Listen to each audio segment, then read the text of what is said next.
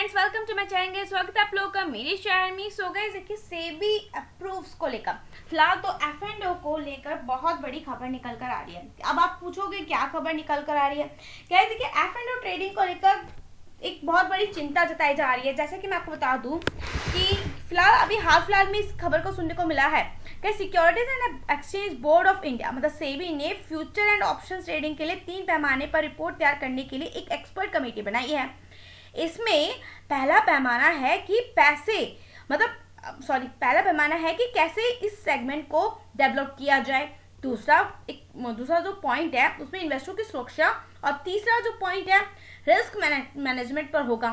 SEBI chairman ने board बैठक के बाद 27 जून को इसके बारे में जानकारी दी थी, मतलब कल के दिन। गाइस देखिए, F&O ट्रेडिंग को लेकर लगातार बढ़ रही चिंता पर बात करते हुए सेबी चेयरमैन ने कहा कि कैपिटल मार्केट इकोसिस्टम ही जोखिम भरा है। आप लोगों को ये चीज़ तो पता ही होगी, ठीक है। बहुत सी चीज़ें आपको इसके रिगार्डिंग न्यूज़ सुनने को मिल जाएगी, बहुत कम देखने को मिलता है। गाइस देखिए, मैं आपको इसलिए छोटा सा एक आप लोगों के लिए ये क्लिप लेकर आई हूँ, ये वीडियो लेकर आई जिसमें मैंने ये आर्टिकल पढ़ा। गाइस उस आर्टिकल के अंदर लिखा हुआ है कि कैपिटल मार्केट इकोसिस्टम से जोखिम भरा है। ऐसे में सोचना है कि क्या ये ब्लैक स्वैन इवेंट मतलब बार बार होने वाली गलती जिसका अनुमान लगाना मुश्किल हो। हमें लगता है कि हम सुरक्षित हैं, लेकिन सुधार की गुंजाइश हमेशा रहती ही है। गाइस देखिए, इन्वेस्टरों की हितों को ध्यान रखने और उनकी सेफ्टी पर माधवी पूरी बुझ ने कहा कि हमें जो ट्रेड दिखा रहा है उसमें वीकली एक्सपायरी के दिन ही सबसे ज़्यादा ट्रेडिंग देखने को मिल रही है। इसमें हेजिंग नहीं है और केवल सट्टाबाजी हो रही है। सेबी ने कुछ समय पहले ही एक रिपोर्ट में जारी किया था जिसमें कहा था कि F&O में ट्रेड करने वाले हर 10 में से 9 लोगों को घाटा होता है। ये चीज़ आपको पता है, मैंने पहले वीडियो भी बनाई हुई है। उन्होंने कहा कि अब सवाल ये है कि निवेशकों की रक्षा के लिए क्या किया जाना चाहिए, खासकर तब जब हमें पता चला है कि लोग सट्टेबाजी के लिए पैसे उधार ले रहे हैं। उन्होंने ये भी कहा कि हाउस होल्ड सेविंग्स का एक बड़ा हिस्सा नॉन प्रोडक्टिव इकोनॉमिक गतिविधियों पर खर्च हो रहा है। गाइस बुच ने भी कहा है कि इंडेक्स ऑप्शन में 2018 के दौरान टर्नओवर 4.5 लाख करोड़ रुपए था, जोखिम जो कि आप कह सकते हो कि 2024 में बढ़कर 140 लाख करोड़ रुपए पहुंच चुका है। डेरिवेटिव सेगमेंट की बात करें तो 2018 में 210 लाख करोड़ रुपए का टर्नओवर अब बढ़कर 500 लाख करोड़ रुपए पहुंच गया। क्या व्यक्तिगत इन्वेस्टरों का हिस्सा 2% से बढ़कर 41% पर पहुंच गया। गाइस देखिए, सेबी की ओर से ये एक्सपर्ट कमेटी बनाने का ये फैसला एक ऐसे समय पर आया है जब नेशनल स्टॉक एक्सचेंज और Bombay stock exchange F&O volume के मामले में टॉप 2 पायदान पर हैं। दोनों भारतीय स्टॉक एक्सचेंज का अप्रैल में कुल वॉल्यूम दुनिया भर के F&O टर्नओवर का करीब 80% हिस्सा था।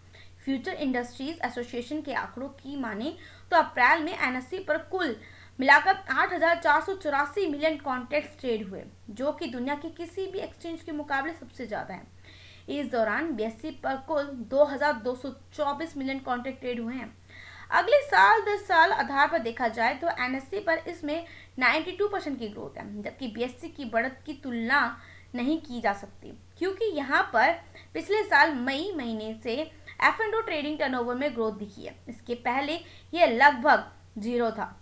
तो गाइज अब मुझे आप ये बताओ, F&O ट्रेडिंग लोग बहुत सारे करते हैं, ऐसा नहीं है, मैं भी करती थी, लेकिन गाइज मैंने फिर इसको बंद कर दिया क्योंकि आपको पता है हर दिन पैसा गड़वाना, हर दिन डे आप इंटरनेट ट्रेडिंग करते हो। मैं ये नहीं कह रही, टेक्निक आपको पता होनी चाहिए, आपको स्टडी आपकी पूरी होनी चाहिए। गाइस देखिए, 2 तरीके के लोग होते हैं। एक वो होते हैं जो लॉन्ग टर्म इन्वेस्टर होते हैं, एक वो होते हैं जो स्विंग ट्रेडिंग करते हैं और इंटरडे ट्रेडिंग करते हैं। कुछ लोग इंटरडे ट्रेडिंग से पैसा कमाते हैं तो कुछ लोग स्विंग ट्रेडिंग से पैसा कमाते हैं, और कुछ लोग लॉन्ग टर्म के लिए जिसमें वो रिस्क नहीं लेना चाहते। और जो डेली ट्रेडिंग, देखिए स्विंग ट्रेडर्स को भी इतना रिस्क नहीं होता जितना इंटरडे ट्रेडिंग वालों को होता है। तो गाइज मैंने भी करी है, हाँ मैंने जिस तरीके से स्टडी करी, जो चीज़ आपको बताई, मैंने ये नहीं कहा कि उसमें रिस्क नहीं है, रिस्क है, लेकिन आपको ट्रेडिंग अपनी रिस्पॉन्सिबिलिटी से करनी है। अगर आप रिस्क नहीं लेना चाहते तो go through by swing trading और लॉन्ग टर्म ट्रेडिंग, ठीक है, शॉर्ट टर्म ट्रेडिंग। अगर आप रिस्क ले सकते हो और आपके पास इतना कैपिटल है कि अगर ये कैपिटल जाए और आपको दुख ना हो तो गाइस आप इंटरडे ट्रेडिंग गो थ्रू कर सकते हो। बाकी गाइस सेबी कहीं ना कहीं F&O ट्रेडिंग में बहुत सारे इन्वेस्टर्स के लिए बहुत कुछ सोच रही है। तो अगर जिस तरीके से अगर इससे रिगार्डिंग कदम उठाए जाते हैं तो हमारे लिए बहुत ज़्यादा बेनिफिशियल साबित हो सकता है। बाकी guys as always I said, study करो, चेक करो, देन तभी इन्वेस्ट करके चलो, क्योंकि रिस्क और रिवॉर्ड के रिस्पॉन्सिबल आप खुद ही होते हैं। Good bye guys, thank you, मिलेंगे नेक्स्ट वीडियो में। चैनल पर नए हो तो लाइक एंड सब्सक्राइब करना मत भूलिएगा, बेल आइकन को जरूर प्रेस करिएगा आगे की नोटिफिकेशन के लिए।